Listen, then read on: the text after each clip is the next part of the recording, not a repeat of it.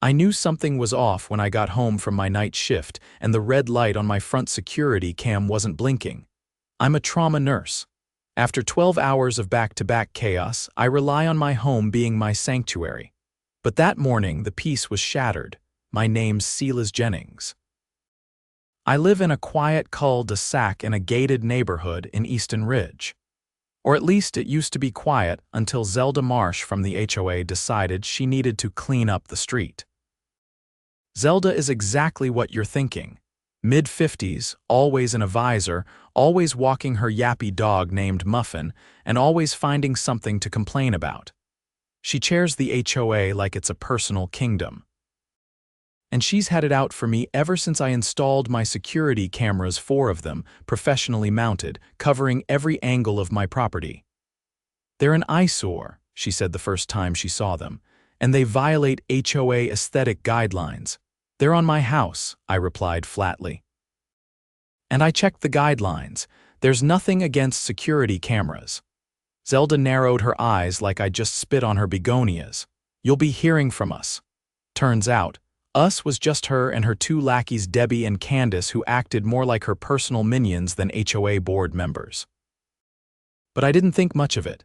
That was 2 weeks ago. Then last Saturday I came home to find every single one of my cameras smashed, not just broken, obliterated. Wires torn out, plastic shattered, one even yanked clean off the siding and tossed into my flower bed like trash. I checked the DVR. Nothing. The system had been cut off from the power box and I knew who did it. I marched across the street to Zelda's house, camera casing in hand, still dusty from the mulch. She opened the door with that smug little half smile she always wore. "Oh. Hello, Silas. You know anything about this?" I held up the broken camera, her smile widened. "Oh dear. Looks like someone didn't secure their equipment properly. That's not the HOA's responsibility." "You're on camera walking onto my property last night at 11:42, I lied. "You and Debbie. I just pulled the backup footage from cloud storage." The smile dropped. "You wouldn't happen to know why my power was shut off for 2 minutes last night either, would you?" Zelda's jaw tightened. "I don't know what you're implying. I'm not implying anything. I'm telling you, you trespassed, you vandalized, and you're going to pay for it." She snorted. "Good luck proving that in court." I didn't say another word. I just turned and walked back home. What Zelda didn't know, I did have backup footage. Not from the house, she was smart enough to cut power, but from a new dash cam I'd installed in my truck just 2 days earlier after a string of package thefts. It had full night vision and caught her and Debbie sneaking across my lawn in the dark, carrying a ladder. And better yet, I had audio too. Zelda's voice clear as day. "Get the one by the garage first. He can't see crap without these." I spent the next day filing a police report, printing stills from the footage and writing up a claim for property damage.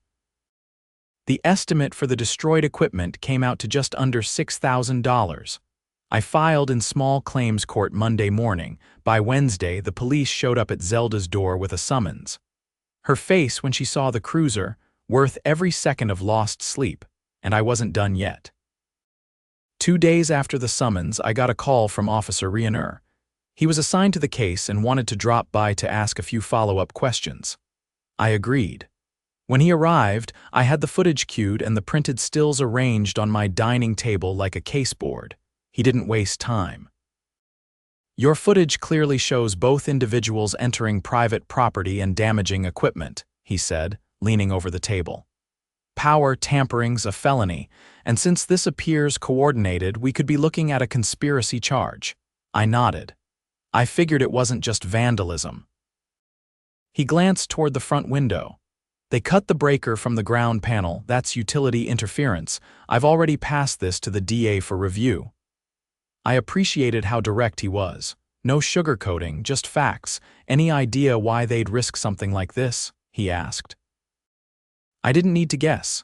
They've been trying to tighten control over the neighborhood. Cameras make it harder for them to threaten people quietly. He took another look at the footage, then shook his head. "I've seen HOA drama, but this is a new level." After he left, I called my buddy Rob. He's a licensed electrician and owed me a favor. By nightfall, we had a brand new breaker box installed inside my garage, secure, tamper-proof, and completely inaccessible from outside. I also added 2 more discreet micro cams, one in the mailbox and another in the birdhouse on the front lawn, with independent battery backups and cellular upload. If they tried anything again, I'd have eyes on them before they even reached the curb. The court date was set for 3 weeks out, but word of the police visit spread faster than wildfire. By the weekend, half the neighborhood knew Zelda was facing charges, and I started getting thumbs up from people I barely knew. Apparently, mine wasn't the only home she'd inspected uninvited. Sunday afternoon, as I was trimming the hedge, a young couple from 2 streets over stopped by. "You're Silas, right?" the woman asked. "I'm Nia, this is my husband Colin. We heard about what happened." I set the clippers down and nodded. "Yeah." "Been a weird week." Colin glanced back toward the street. "She fined us for having a garden hose visible from the road, $75. We didn't even own a hose." Nia pulled out her phone and showed me a photo. "This is the evidence they sent us. That's not even our house." "Look at the number on the curb." Sure enough, it was from another address entirely. "She threatened to put a lien on our place if we didn't pay. We caved," Colin said, "but after hearing what you're doing." I gave them my email and told them to send everything they had. If Zelda was using fabricated evidence to fine residents, it could be mail fraud, especially if she'd collected payment through the HOA's official channels. By Wednesday, I had 5 more homeowners come forward. A retired veteran who'd been fined for unauthorized flag placement. It was the American flag, mounted properly. A single mom who'd been cited for a non-compliant trash bin location, even though her cans were behind a privacy fence. And an older couple who'd been fined $300 for illegal porch lighting, when the bulbs were the exact ones sold at the neighborhood hardware store. I compiled everything into a document and sent it to Officer Rionner, who replied within the hour. "This is turning into something bigger than your case. Keep it coming." The next day, I got a formal letter from the HOA, not from Zelda. This one came from their attorney, a man named Claude Renshaw. It was polished, full of legalese, and stated that while the HOA regrets recent misunderstandings, they insisted on resolving the matter through internal mediation and requested I withdraw the lawsuit in favor of binding arbitration. That told me everything I needed to know. They were scared. I had no intention of letting this slip behind closed doors. I wanted this to go public, where every resident could hear exactly what had been going on. I replied with a certified letter of my own, declining arbitration and reaffirming my suit. I included the full damage report, copies of the footage, a breakdown of the camera replacement costs, and a list of the fines issued to other residents under questionable circumstances. I CC'd the letter to the State Attorney General's office. The next morning, someone left a bouquet of white lilies on my porch. No note, just the flowers. I knew they were supposed to be a message intimidation dressed up as kindness. I brought them inside, dusted them for prints, and handed them over to Rionner, who picked them up an hour later.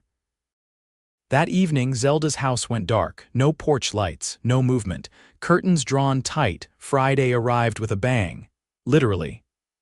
I was woken by a loud knock at the door just after 6. It was Rionner again, this time with a second officer and a search warrant. They were headed across the street. "You're going to want to stay inside for a bit," he said. I pulled a chair up to the living room window and watched the show unfold. They were inside within minutes. 20 minutes later, they came out with boxes, labeled folders, a desktop tower. And then Zelda in a trench coat, flanked by the 2 officers. She wasn't in cuffs, but her face looked like it had aged 10 years since I last saw her. I didn't cheer. I didn't gloat. I just closed the curtains and started making coffee. Later that day, I got a call from the county prosecutor's office. They were opening a criminal investigation into the HOA leadership, focused on fraudulent fines, unauthorized access to private property, and tampering with equipment. They asked if I'd be willing to testify. "Absolutely," I said. I'll bring my footage. The court date for my civil suit came the following Monday. Zelda didn't show. Her lawyer did and tried to argue that she was under medical distress. The judge wasn't having it. After reviewing the footage, the evidence, and the police report, he ruled in my favor. Zelda was ordered to cover the full cost of the destroyed cameras, all installation fees for replacements, and punitive damages totaling $5,000. But the bigger blow. The judge issued an injunction forcing the HOA to temporarily suspend all fine collection until a third-party audit could be completed. That audit uncovered over $32,000 in fines that had no legal or procedural basis. Every affected resident was issued a refund, and Zelda was removed from the board by unanimous vote during the emergency meeting held that Friday. The replacements I installed were top of the line, not just cameras. Motion sensors, infrared, facial recognition tags, and a private server housed off-site. And the HOA had to foot the entire bill. Word spread quickly after that. Residents who'd been silent started speaking up. A few even suggested forming a neighborhood watch to replace the HOA's so-called compliance patrols. I volunteered to help set it up, because something became clear through all of this. When people stop being afraid, the bullies lose their grip. And when you've got evidence, the truth has a funny way of burning through even the thickest smoke screen. Zelda's house went up for sale 3 weeks later. I watched the realtor hammer in the sign as Muffin barked from behind the blinds. No one came out to say goodbye, good riddance. I didn't expect the city inspector to show up at my house, clipboard in hand, 3 days after Zelda's departure. His name was Arturo Vega, a calm, measured guy in his 40s with wire-rimmed glasses and a voice that barely rose above a murmur. He introduced himself and asked if I had a moment. "Depends on what for," I said, eyeing the municipal seal on his badge. "We're conducting a follow-up tied to an anonymous complaint about unlicensed surveillance wiring in this area. Your address was listed." I stared at him. "You're kidding." "No, sir." He flipped a page on his clipboard. "It alleges improper electrical routing through a residential breaker without permit. Normally, we dismiss these sort of things, but this one included a diagram." He handed me a photocopy. I didn't need to study it long to realize it was a layout of my old security system before I had it rewired and locked down. The diagram was detailed, but there were errors. Whoever had drawn it wasn't an electrician. They just had a general idea of what the setup looked like. "Where did this come from?" I asked, submitted through the city's code enforcement tip line. Anonymous, but the file metadata was still intact. It was uploaded from an HOA board member's email account. I let out a breath and motioned for him to come inside. Arturo walked in slowly, scanning the walls. "I had the entire system rewired by a licensed electrician. I can pull the permit and inspection receipt from the cabinet." "That'd help a lot," he said. As I grabbed the paperwork, something clicked in my head. If the HOA had submitted a city complaint using internal documentation, especially after they'd already been ordered to suspend enforcement, they'd violated the judge's injunction. That wasn't just a civil issue. It was contempt. I handed him the folder. He flipped through it, nodding. "This looks solid," he said, "but I'll still need to log it as a retaliatory complaint. The city keeps track of patterns like this. You're not the first in the area to get something like this after a dispute. You keeping a list?" He smiled faintly. "We do now." After Arturo left, I called the county clerk's office and requested a certified copy of the injunction order. I sent it straight to the prosecutor's office with a note suggesting they might want to look into the HOA's continued attempts at harassment. By that evening, I had company on the porch again, but this time it wasn't a bouquet of lilies. It was a young man in a weathered leather jacket, holding a small folder. "You Silas Jennings?" he asked, glancing at the house number. "Who's asking?" "Name's Marcus Alden." "My uncle lives down on Franklin Street. Said you might want to see this." He handed me the folder. Inside were scanned copies of internal HOA emails, dozens of them. Some were just gripes between board members, but others were worse plans to manipulate permits, fake violation notices, even a draft letter threatening foreclosure proceedings on a woman who'd already paid her dues.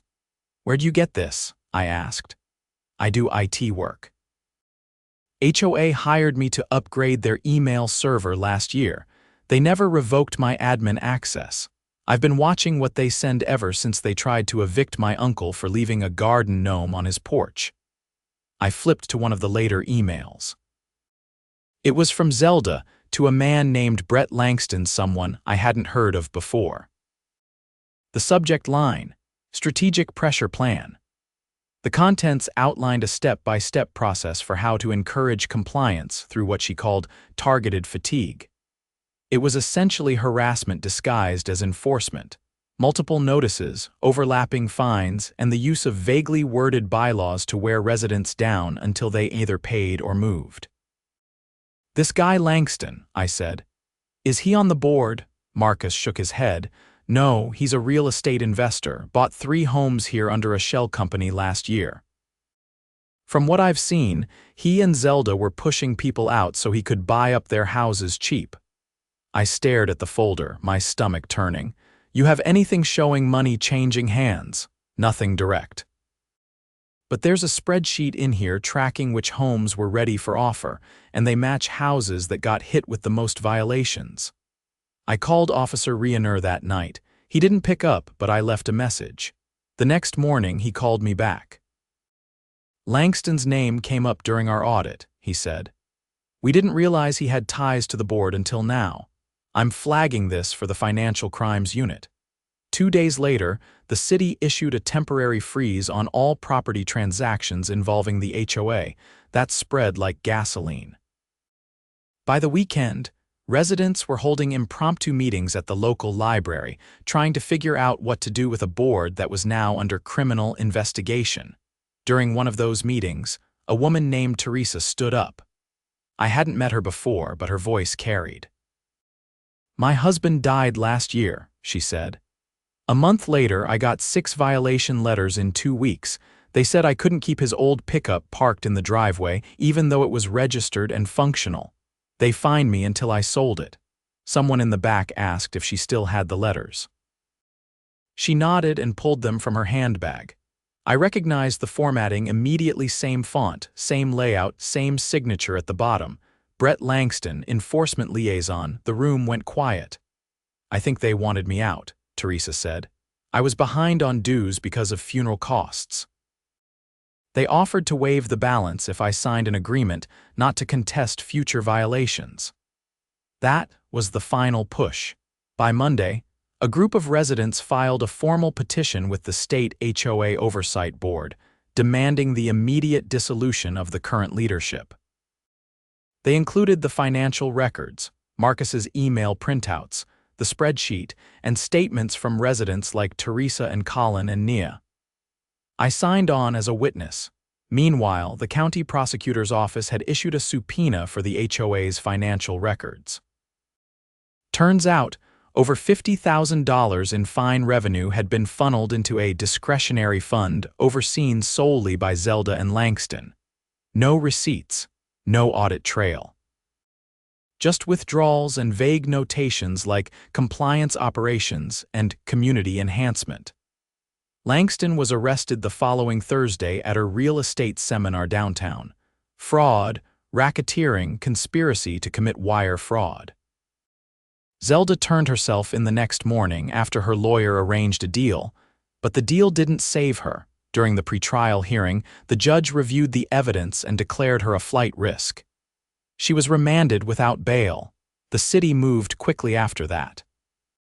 They appointed a temporary administrator to oversee what was left of the HOA's obligations: basic maintenance, utilities, trash pickup. The rest was stripped away. No more fines. No more enforcement letters. No more secret meetings. When the final audit was complete, the state ordered restitution to every resident who'd been wrongfully fined. I got a check in the mail for just under $1,000 fines I never paid, but that the HOA had falsely logged against my name anyway. I used it to expand the neighborhood watch. We set up a rotating patrol schedule, coordinated with the local precinct, and created a transparent forum for residents to voice concerns without fear of retaliation. Marcus helped us build a secure website where anyone could post anonymously if they were being pressured or harassed. We even held a vote to decide whether we wanted to keep the HOA at all. 84% voted no, so we dissolved it. The lawyer who helped us file the paperwork was one of our neighbors, a quiet guy named Dennis, who'd spent years avoiding HOA meetings because of a dispute over his mailbox height. Turns out, he was a retired municipal judge. The irony wasn't lost on any of us. Now, when I come home from a shift, I don't worry about finding cryptic letters taped to my door or my cameras disabled. I know my neighbors are watching not with suspicion, but with purpose. We keep each other safe, we talk, we listen, we don't let power go unchecked. Some call it an overcorrection, I call it balance. And every time I pull into my driveway and my cameras flicker to life, I remember.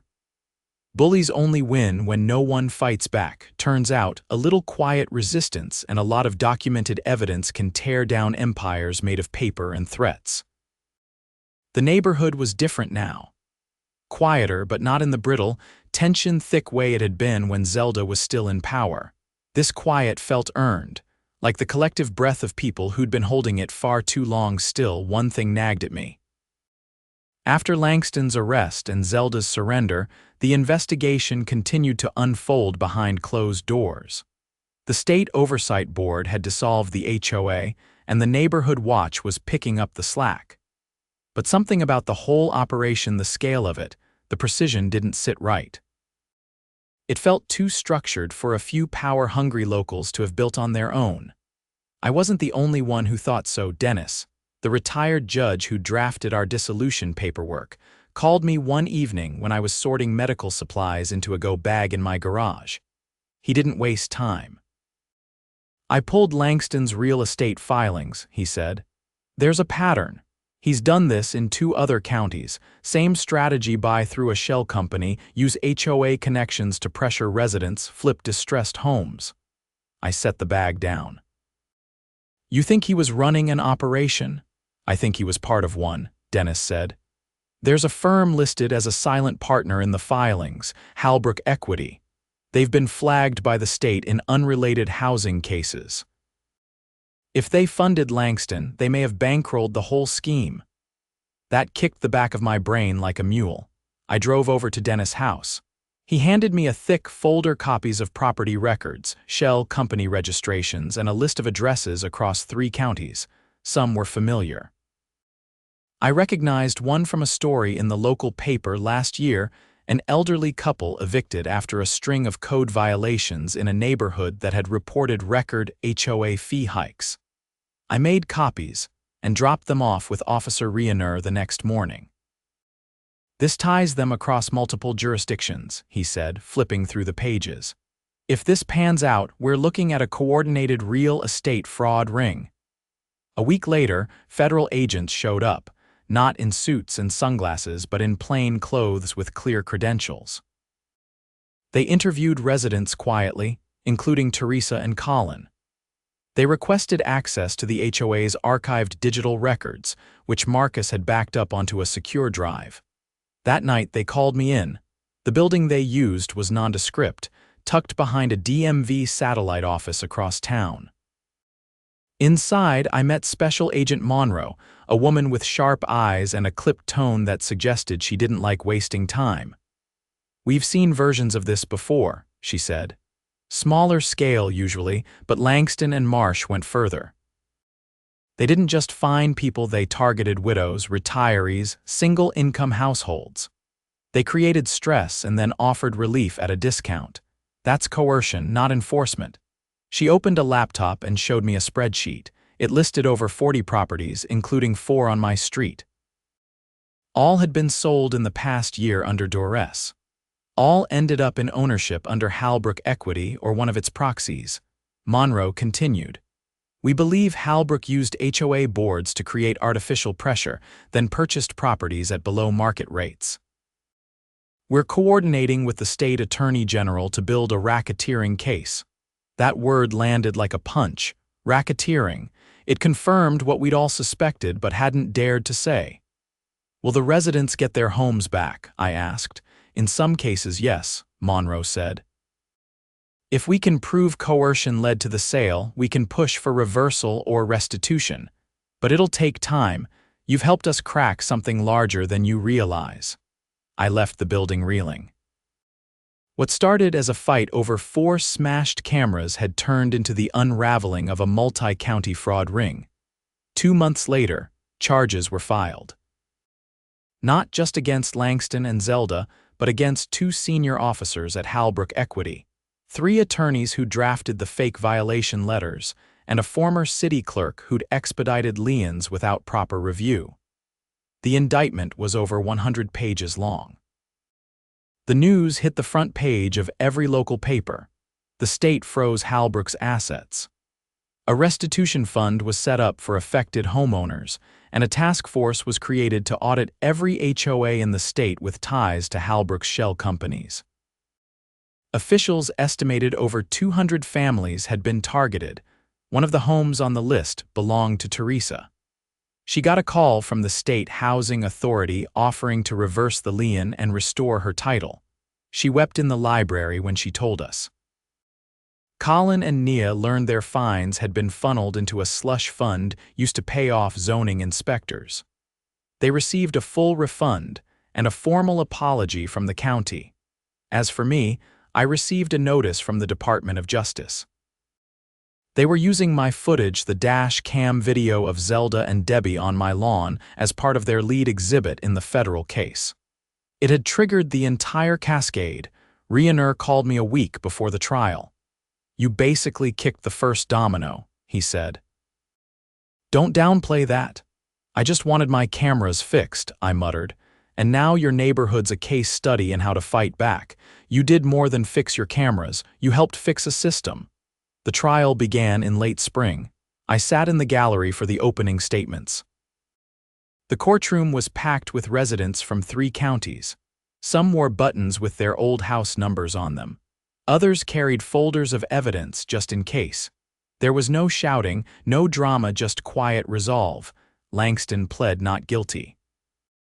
Zelda tried to strike a plea deal, but the judge rejected it after reviewing her direct involvement in falsifying documents. The prosecution presented a timeline of events, financial records, video footage, and testimony from over 70 residents. The jury returned a verdict in under 4 hours. Guilty on all counts, Langston was sentenced to 22 years. Zelda got 15. The attorneys and city clerk received varying sentences ranging from 5 to 10 years, depending on their roles. Halbrook Equity was fined over $12 million and ordered to liquidate properties to fund restitution. The following week, the city held a community meeting not in a stuffy HOA conference room but in the open-air park near the elementary school. No one wore suits. No one carried clipboards. We brought folding chairs, lemonade, and homemade cookies. Dennis stood at the center and read a statement from the State Oversight Board. "This neighborhood," he said, "has demonstrated what happens when citizens hold the line. You didn't just protect your homes, you protected each other."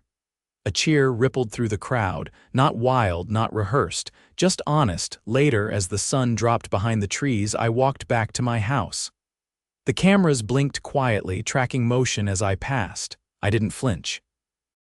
I didn't look over my shoulder. I stepped inside, set down my bag, and did something I hadn't done in months. I slept with the windows open, the air cool, and the street outside still and unafraid.